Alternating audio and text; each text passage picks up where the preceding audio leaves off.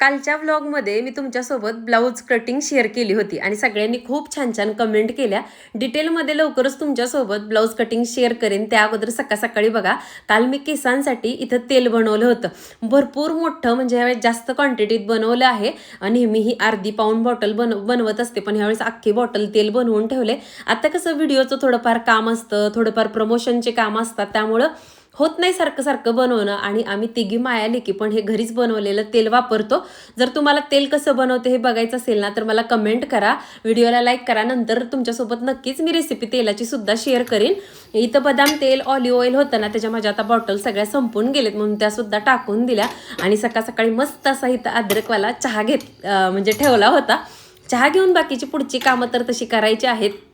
घरात अशी असंख्य छोटी मोठी कामं असतात. आणि एका ताईंची कमेंटसुद्धा आली होती मला, की तू कुंडीत झाडं लावते ना, तेव्हा माती कशी बनवते हे मला बनवून दाखव. तर ते सुद्धा मी तुमच्यासोबत आज शेअर करणार आहे. म्हणजे ज्यांच्याकडे जर जमिनीत जागा लावण्यासाठी म्हणजे झाडं लावण्यासाठी जागा नसेल ना, तर ते कुंडीत अशा पद्धतीनं झाडं लावू शकतील. आता चहा ओतून घेतला आणि बाहेर आले. उन्हाळ्याचे दिवस आहेत, त्यामुळे लाईटीचं व्होल्टेज फार कमी येतं.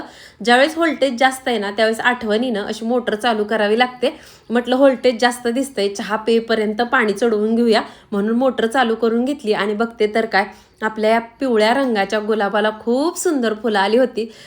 मी तुम्हाला दाखवलं होतं हे रोप आणलेलं. आता 2 ते 3 दिवस झालेत.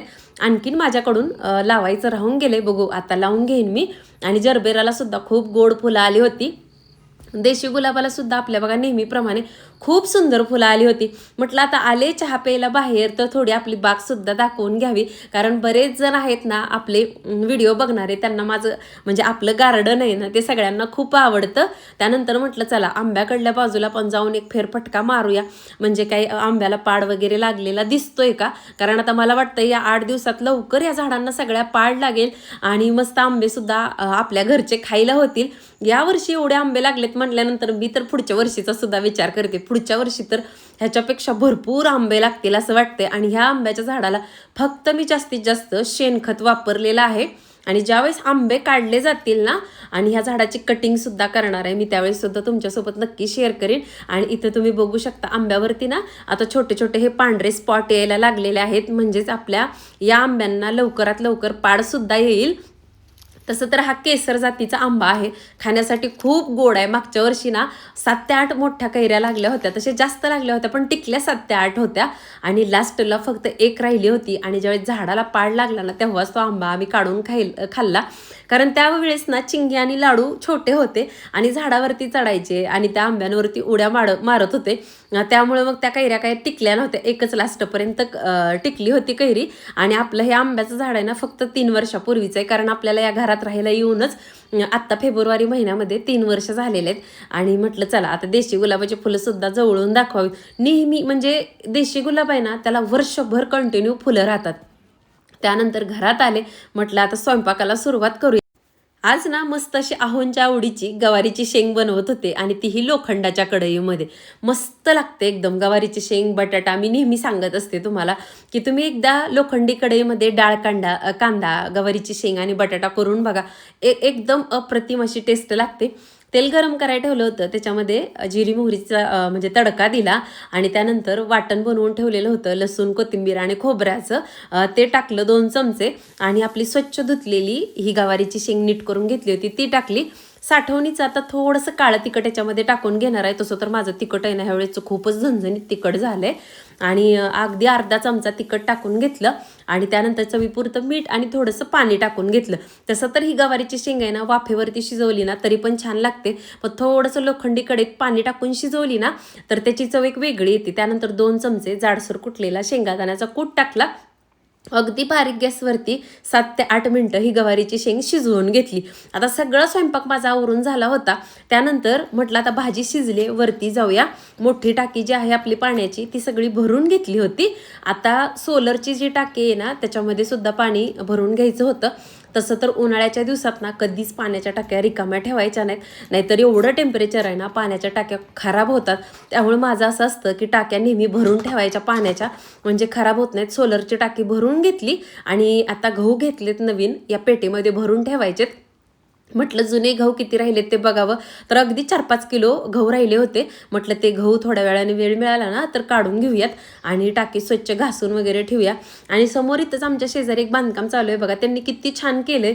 म्हणजे भविष्यात जर त्यांना बांधकाम करायचं असेल ना तर हे भीम असतात ना उभे, ते फोडावे लागणार नाहीत म्हणून त्यांनी फक्त आतला स्लॅब टाकून घेतलाय आणि भीमच्या बाजूचे गज आहेत ना ते रिकामे ठेवलेत. म्हणजे इंजिनियरप्रमाणे ज्याच्या त्याच्या सोयीप्रमाणे किती छान आयडिया करून बांधकाम करतात ना. आमच्या वेळेस त्यावेळेस माहिती नव्हतं आम्हाला. सोलरची टाकी भरून घेतली आणि आता बघा खाली आले आणि म्हटलं चला घरात जाऊन आता बाकीचं राहिलेली कामं करून घेऊया. मग इथं मस्त कणिक तर मळून घेतली होती आणि छान म्हटलं 10 मिनटं भिजत घालूया.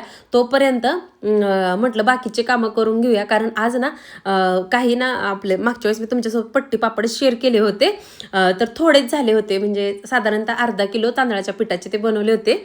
तर ते पट्टी पापड घालून घेतले आणि नंतर मग चपात्या वगैरे बनवून घेतल्या. आणि ही बघा माती कशी तयार करते, तर एक मोठी कुंडी भरून ना काळी माती घेतली होती. त्याच्याबरोबर 2 मूठ इतकं कोकोपीट घेतलं होतं आणि गव्हाचं किंवा तांदळाचे जे सालं असतात ना ती घेतली होती. आणि चांगला 2 मोठी ओंजळ भरून ना शेणखत घेतला होता. हे सगळं छान एकत्र मिक्स करायचं. आता तुम्ही म्हणाल तुला तांदळाची टरफलं कुठून भेटली, तर ज्यावेळेस गौराईचे मुखवटे बॉडी आणली होती ना, एवढा मोठा बॉक्स भरून त्याच्यात त्या तांदळाच्या साळी म्हणजे वरची कवच सालं आली होती. तर ती सालं मी तशीच ठेवली होती. प्रत्येक वेळेस माती बनवताना एक एक मूठ त्याच्यामध्ये टाकते. कारण ह्यानं काय होतं कोकोपीट आणि ह्याच्यामुळं माती भरपूर भुसभुशीत राहते. तांदळाची जी सालं आहेत ना नसली तरी चालतात, कोकोपीट असलं तरी चालेल. ह्याच्यामध्ये भरपूर झाडाचा पाला पाचोळा असतो ना तो सुद्धा कुंडीतल्या मातीमध्ये मिक्स केला ना माती एकदम भुसभुशीत राहते. आणि भुसभुशीत राहिल्यामुळं काय होतं, कुंडीत लावलेल्या झाडांच्या मुळाला ना माती भुसभुशीत असल्यामुळं वाढ होण्यासाठी जागा भेटते. आणि नुसती माती तुम्ही कुंडीत भरली ना अगदी मोठा ढेकळ असा होतो त्याचा, तो फुटत नाही. मग एवढ्या छोटूशा मुळ्या वाढणार कशा ना. त्यामुळे तुम्ही माती नेहमी तयार करताना एकदम भुसभुशीत माती कशी होईल ना याच्यासाठी प्रयत्न करा. तर ती मिक्स केलेली माती एका कुंडीत भरली. हे आहे पिवळ्या रंगाचं ऑफिस टाईम आणि चिनी गुलाब. त्याचं मला रिपोर्टिंग करायचं होतं म्हणून ते लावून घेतलं. आणि दुसरी पण एक कुंडी माझ्याकडली रिकामी झाली होती, त्याच्यात सुद्धा बघा होल मोठे आहेत आणि वरतून पाणी घातलं ना माती सगळी वाहून जाते. म्हणून केळीची थोडी सालं टाकून घेतली त्याच्या बुडाशी. नंतर माती भरली आणि मिक्स लावले ह्याच्यामध्ये चिनी गुलाब आणि पिवळ्या रंगाचं ऑफिस टाईम लावले. जेव्हा कधी फुलं येतील ना त्या टायमिंगला नक्की तुमच्यासोबत शेअर करेन. त्यानंतर जेव्हा कधी तुम्ही कुंडीत नवीन नवीन आणल्याला झाडं लावताना नवीन माती भरून त्या दिवशी ना भरगच्च असं पाणी घालून घ्यायचं झाडांना, म्हणजे झाडं छान चिटकतात. आणि दुसरी गोष्ट झाडं लावत असताना एकतर सकाळी 10च्या आधी झाडं लावून घ्यायची, नसेल तर संध्याकाळी 5 नंतर झाडं कोणतीही लावून घ्यायची, म्हणजे झाडं चिटकतात. अगदी उन्हाच्या तावामध्ये कुठल्याही ऋतू असू द्या झाडं बिलकुल लावायची नाही. सकाळी घातलेले हे पट्टी पापड होते ना आता छान वाळले होते. म्हटलं आता पाटीत भरून घेऊया आणि उद्या परत आणखीन उन्हाला घालूया. तर कसा वाटला आजचा व्हिडिओ? आवडला असेल तर लाईक आणि चॅनलला सबस्क्राईब करा. नंतर भेटू. बाय.